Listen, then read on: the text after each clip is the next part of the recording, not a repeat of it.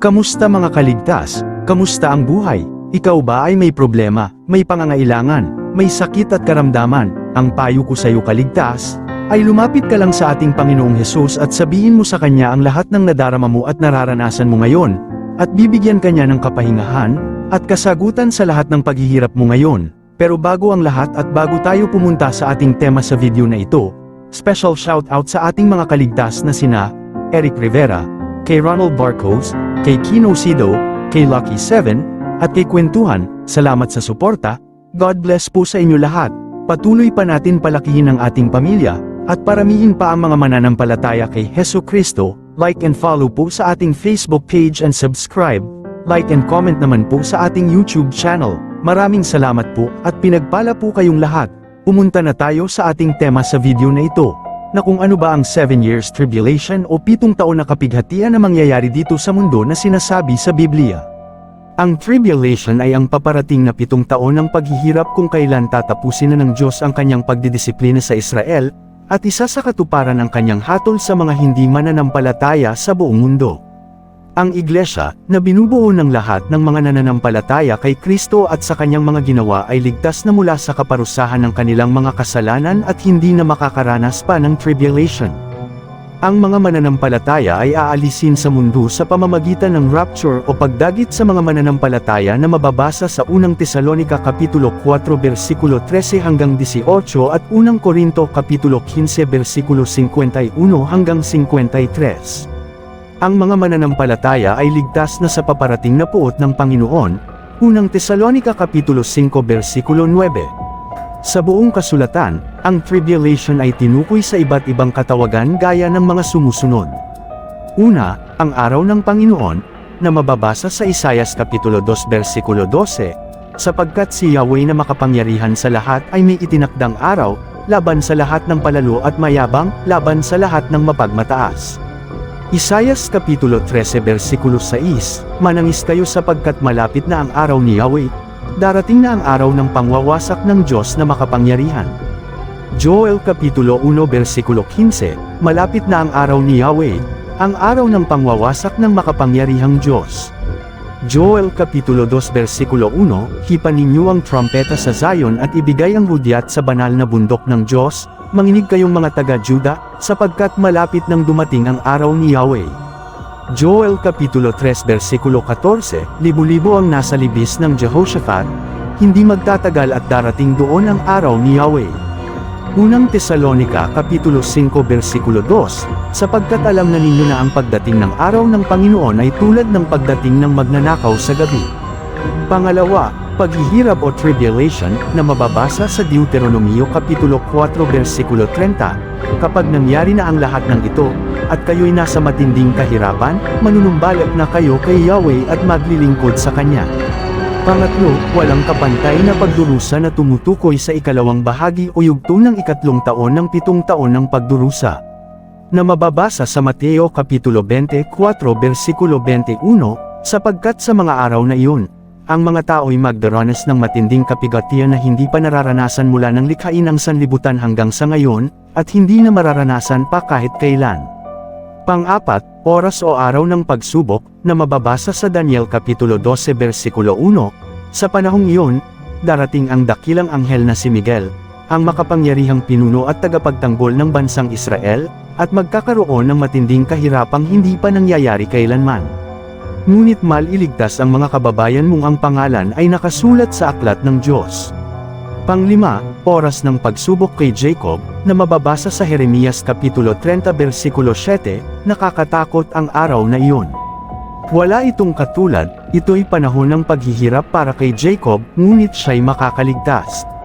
Ang pagkaunawa sa aklat ng Daniel Kapitulo 9 versikulo 24 hanggang 27 ay kinakailangan upang malaman ang layunin ng tribulation at kung kailan ito darating. Ang mga talatang ito sa aklat ng Daniel ay tumutukoy sa 70 linggo na laban sa inyong mga tao. Ang tinutukoy na mga tao ni Daniel ay ang mga Hudyo, ang bansang Israel at ang sinasabi sa Daniel Kapitulo 9 versikulo 24 na panahon na ibinigay ng Diyos ay para sa katapusan ng mga paglabag sa alituntuning moral. pagwawakas sa kasalanan, pagtubo sa mga kasalanan, at paglalapat ng walang hanggang kabutihan upang tapusin na ang mga pangitain at mga hula, at piliin ang pinakabanal na lugar. Ipinahayag ng Diyos na sa loob ng 70 linggong yaon, matutupad ang lahat ng mga bagay na ito.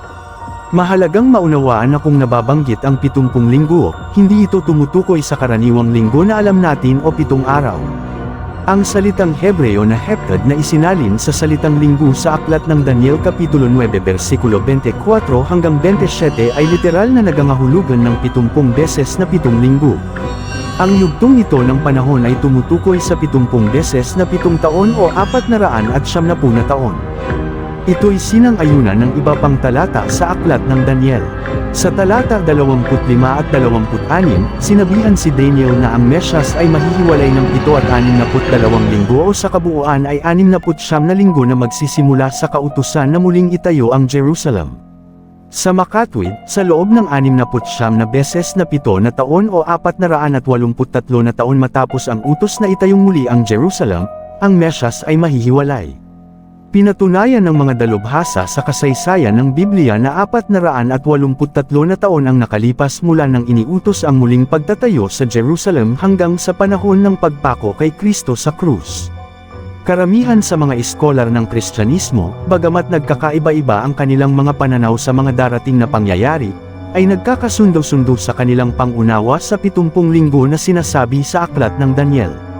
Sa paglipas ng 483 taon simula ng iutos na itayong muli ang Jerusalem hanggang sa pagkahiwalay sa Mesyas, ito'y binubuo ng 7 taon matapos matupad ang Daniel Kapitulo 9 versikulo 24. Ang lungsod na ito at ang iyong mga kababayan ay binibigyan ng 490 taon upang tigilan ang pagsalansang, layuan ang kasamaan at pagsisihan ang kasalanan.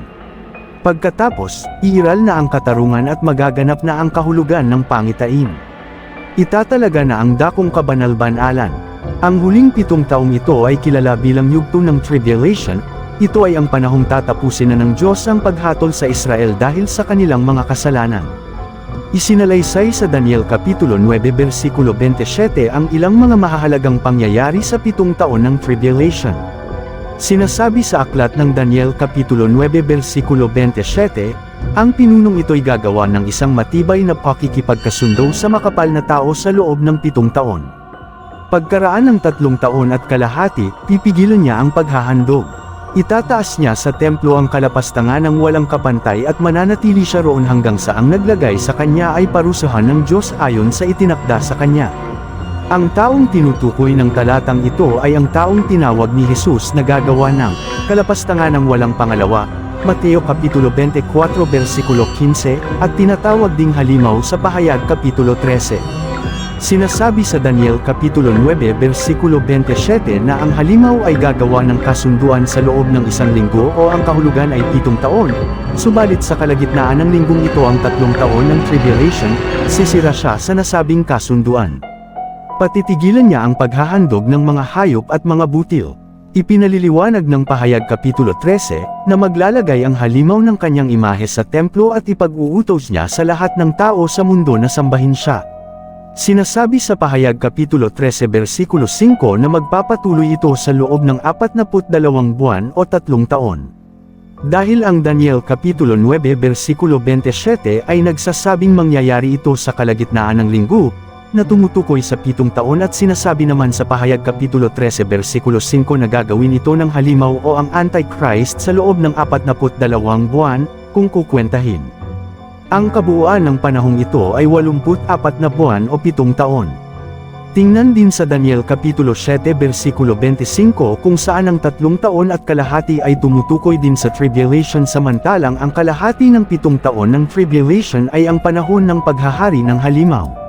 Para sa iba pang mga mapagkukunan ng impormasyon tungkol sa Tribulation, tingnan din ang aklat ng Pahayag Kapitulo 11 versikulo 2 hanggang 3 kung saan binabanggit ang 1,260 araw at 42 buwan.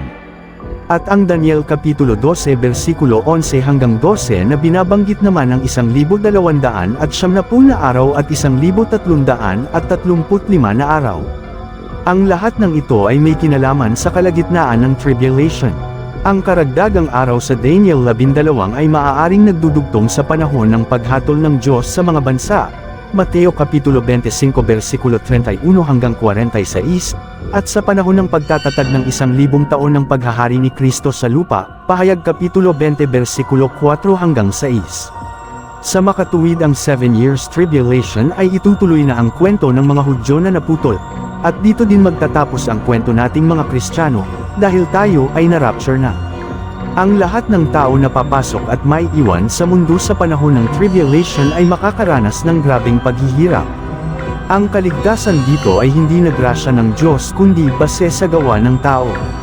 Ang gagawin ng tao para maligtas, huwag tanggapin ang 666 na tatak ng halimaw at manatiling tapat sa Panginoon hanggang wakas. Mga kaligtas, ito ay aral at babala sa bawat isa. Wala naman siguro sa atin ang gustong maranasan ang 7 years tribulation dito sa mundo. Kaya kaligtas, ngayon palang tanggapin na natin ang Panginoong Hesus sa ating buhay bilang ating Panginoon at tagapagligtas. Sa gayon, tayo ay masasama sa rapture at tayo ay ligtas. Tandaan, ligtas ang na kay Hesus, at ligtas ang may alam sa katotohanan. Please continue to like, follow and subscribe to our YouTube channel and Facebook page. God bless and keep safe mga kaligtas.